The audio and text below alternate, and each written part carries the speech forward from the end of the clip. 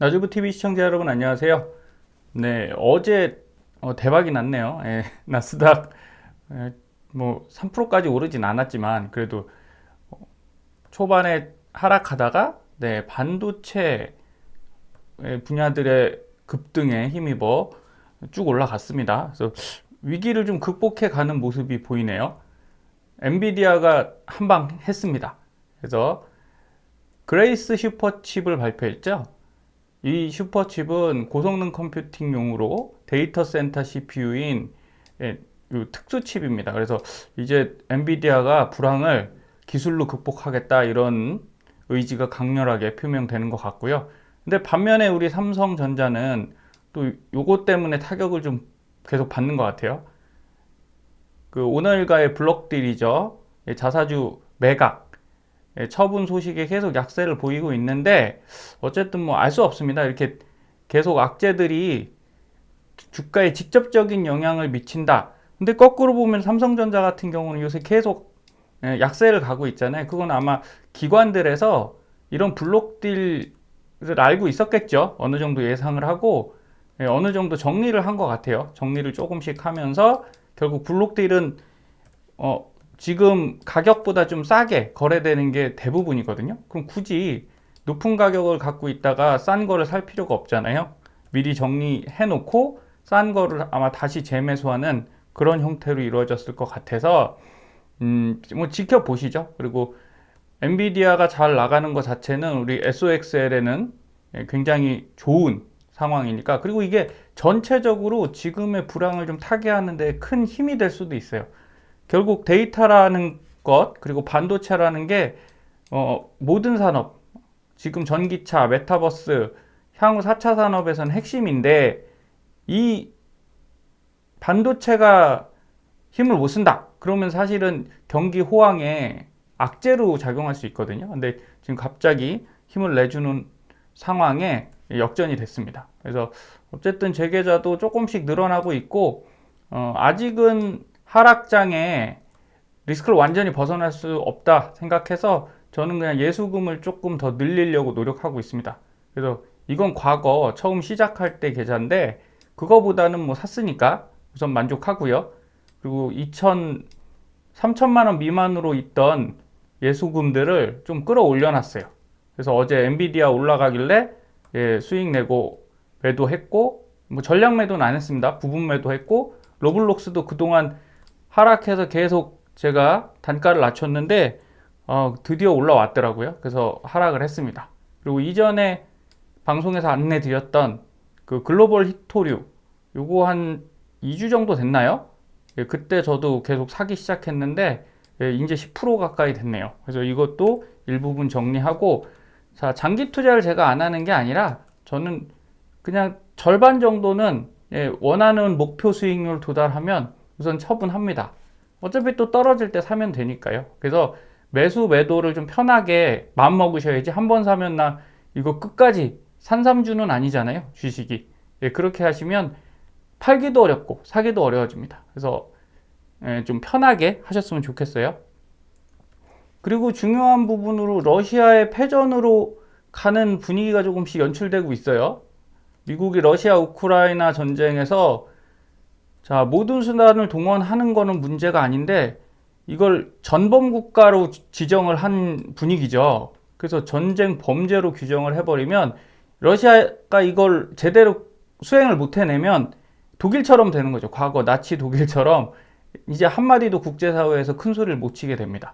그래서 지금 러시아는 엄청 고전을 하고 있고 핵카드 만지작 거리지만 뭐 쏠 수 있을지 없을지 그거는 우리가 단정은 못 짓죠. 근데 거기까지는 안 갈 거라고 예측을 하고 싶고 근데 만약에 진짜 쏜다 그럼 그건 알 수 없잖아요. 그래서 그건 마음을 좀 비우시길 바랍니다. 그런 일은 안 일어나야겠죠. 푸틴이 아무리 돌 아이라도 절대 그러면 안 될 것 같습니다. 그래서 전쟁한다라면서 러시아는 지금 이미지 국제사회에서 그냥 찌질이가 돼버렸죠. 안타깝습니다. 차라리 안 하고 그냥 품위 지키면서 살아가는 게 훨씬 좋았을 것 같은데 이 분위기가 어쨌든 증시를 좀 반등시키는 역할을 하고 있지 않나 싶습니다. 그리고 이 차트는 나스닥인데요. 차트상으로는 조정을 받을 시기가 됐어요. 여기 보시면 좀 작지만 보십시오. 여기가 이제 60일 이동평균선인데, 자, 이렇게 치고 올라왔잖아요. 쭉 내려갔던 지수가 치고 올라왔는데, 역시나 지금 여기에 걸려 있었거든요. 근데 어제 확 올려줬어요. 여기 어제가 이렇게 꺾였다 그러면 사실 또 조금 계속 조정을 받아야 되는 상황인데, 자, 오늘은 조정받아도 사실 그렇게 위험하지 않아요. 60일선은 우선은 뚫었거든요. 여기를 우선 뚫고 올라왔고, 그리고 제일 나름대로 중요한 선으로 보는 게 이 부분입니다. 14,535선. 이게 어떤 의미가 있냐면요. 고점, 이전 고점이 16,212예요. 이전 저점이 12,549인데, 자, 이게 이만큼 떨어졌다가 14,535를 넘어가면 절반을 회복하는 겁니다. 예, 50%를 회복하는 거예요. 그러면 과거 자료들을 보면 대부분 50%를 회복하지 않습니까? 그러면 다시 내려가진 않아요. 여기서 만약에 부딪혀서 내려갈지라도, 근데 이렇게 되면 뭐 그렇다고 폭락은 아니거든요. 예, 이 부분 조정이니까 우리는 이때 매수 기회가 또 생기겠죠. 여기서 더 내려갔으면 이 밑에서 사야 되지만 지금 여기까지 올라와서 여기서 부딪혀서 하면 여기서 사면 됩니다. 그리고 저희한테 좋은 점은 어쨌든 더 밑에서 사는 것보다는 손실이 적어지잖아요. 자, 여기까지 내려간다는 얘기는 어쨌든 갖고 있는 물량에서 마이너스가 더 크게 뜨겠죠. 그러니까 부담을 좀 가져야 되는데, 지금 거의 익절 수익 구간 오신 분도 많고, 저도 지금 TQ는 다 수익이거든요. 그러면 뭐 여기서 더 사는 거야. 조금 더 싸게 사고 싶은 마음은 있지만 그렇게 부담이 되진 않습니다. 그러면 분위기가 훨씬 좋아져요. 투자하시는 분들이 2m로 내려갔을 때는 더 떨어질 것 같은데 하고 진입을 못하지만, 여기는 이제 개인 매수세들이 들어올 수 있는 구역이고요. 여기를 넘어가면 촥 올라갈 수도 있어요. 날아갈 수도 있습니다. 그래서 지금은 조금씩 매수를 하셔야 되는 때라고 말씀드리는 겁니다. 조정을 진정한 내 친구로 삼아야 된다. 이렇게 생각하시고요. 자, 이제 남은 건 연준의 밀당이 효과가 있느냐 없느냐, 이거의 결과를 좌우할 것 같습니다.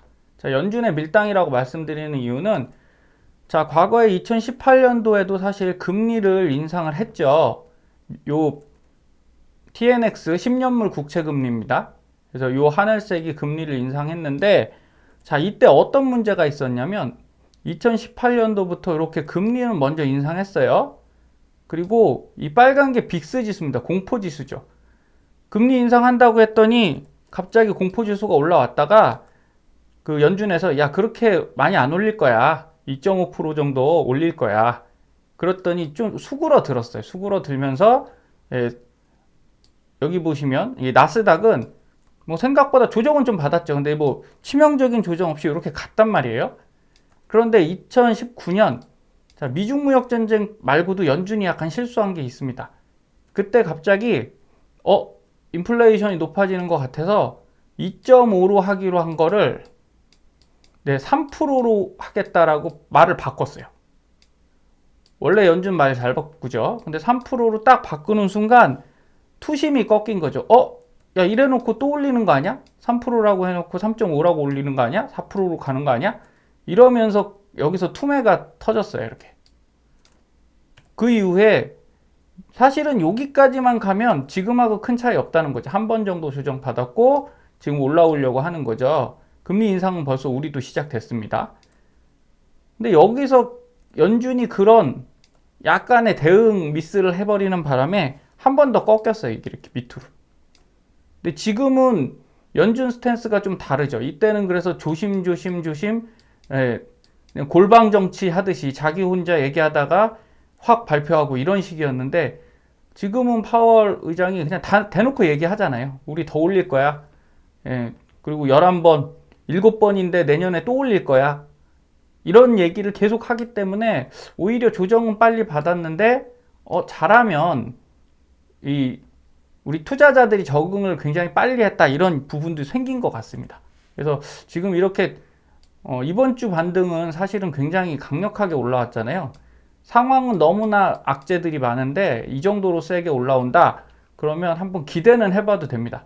물론 100%는 없습니다. 그래도 우리가 그 포모가 그거지 않습니까? 결국은 나만 못 사면 안 되잖아요. 네. 내가 예상했던 대로 이거 확신 가지면 안 되거든요. 저도 일부 조정은 올 거다라고 생각은 합니다. 예, 상황상 차트상 올 거라고 생각하는데 그걸 뭐 제가 생각한다고 오는 건 아니니까 우리는 그냥 대응하는 거죠. 맞춰서. 그래서 연준 스탠스는 좀 괘씸한 부분도 있지만 어쨌든 과거처럼 클리어하게 소쿨하게 얘기를 해주니까 투자자들이 받아들이는 것 같아요. 빨리. 자, 이게 TQ의 마지막 고비가 될지 기회가 될지, 마지막 고비가 된다면 이 밑으로 한번 더 내려가는 거겠죠. 기회가 된다면 여기서부터 이제 올라가는 걸 겁니다. 그래서 과거 차트 보면서, 자, 이거 상승장 차트입니다. 2021년도 9월달, 10월달 차트인데 제가 이걸 보여드리는 이유는, 자, S밴드를 관찰을 하고 제가 운용할 때 연구를 해보면요. 자, 이거 상승장이라고 말씀드렸어요. 예, 추세는 상승장인데 조정이 나옵니다.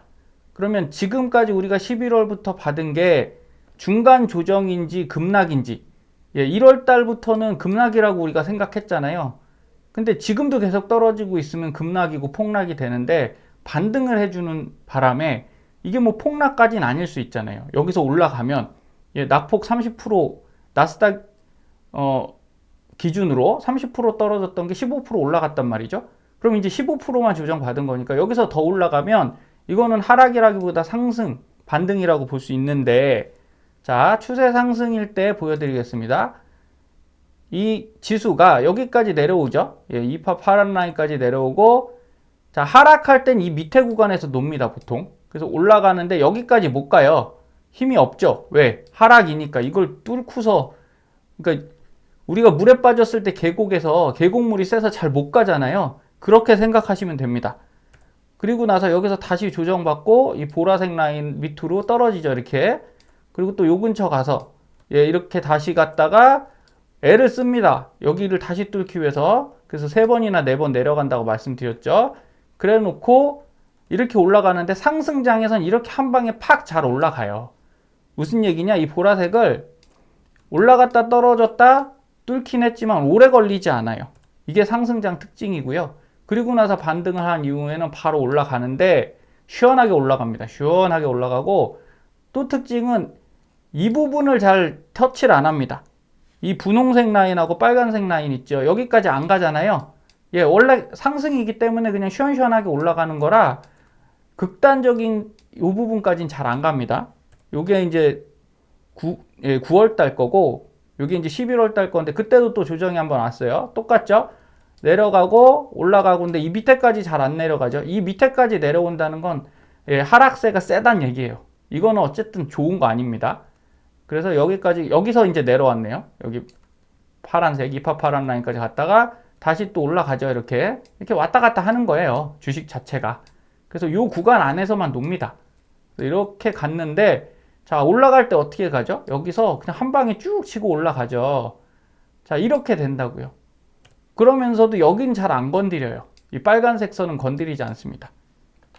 자, 이걸 장황하게 설명드렸던 이유가 같은 120분봉인데 지금, 예, 오늘 추세 선이에요. 이게 분봉인데, 자, 이전 하락 부분에서는 여기 없죠. 여기 거의 비어 있습니다. 그러다가 여기서 지금 이렇게 시원하게 치고 올라왔단 말이죠.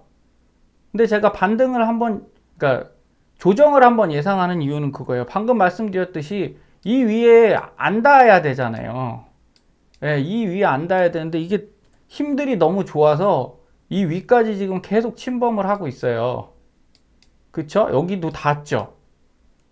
예, 이전 그 밴드에서는 어땠다고요? 이런 데 다 비어 있잖아요. 예, 그래서 약간은 좋은 엄청 강한 힘에는 분명히 인정. 그러면서 어제 그제 큰일 했다고 말씀드린 게 요 300일 이평선을 뚫고 올라왔습니다. 이게 참 잘한 일이죠.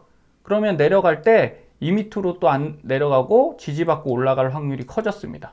그래서 어쨌든 일부분의 안전장치는 지금 걸어뒀다 생각하고, 만약에 여기서 떨어진다면 요 라인까지라는 거죠. 조정을, 예, 50일 라인, 여기 보면 48라인 정도인데, 이 정도는 뭐 저가 매수 활용하시는 구간이잖아요.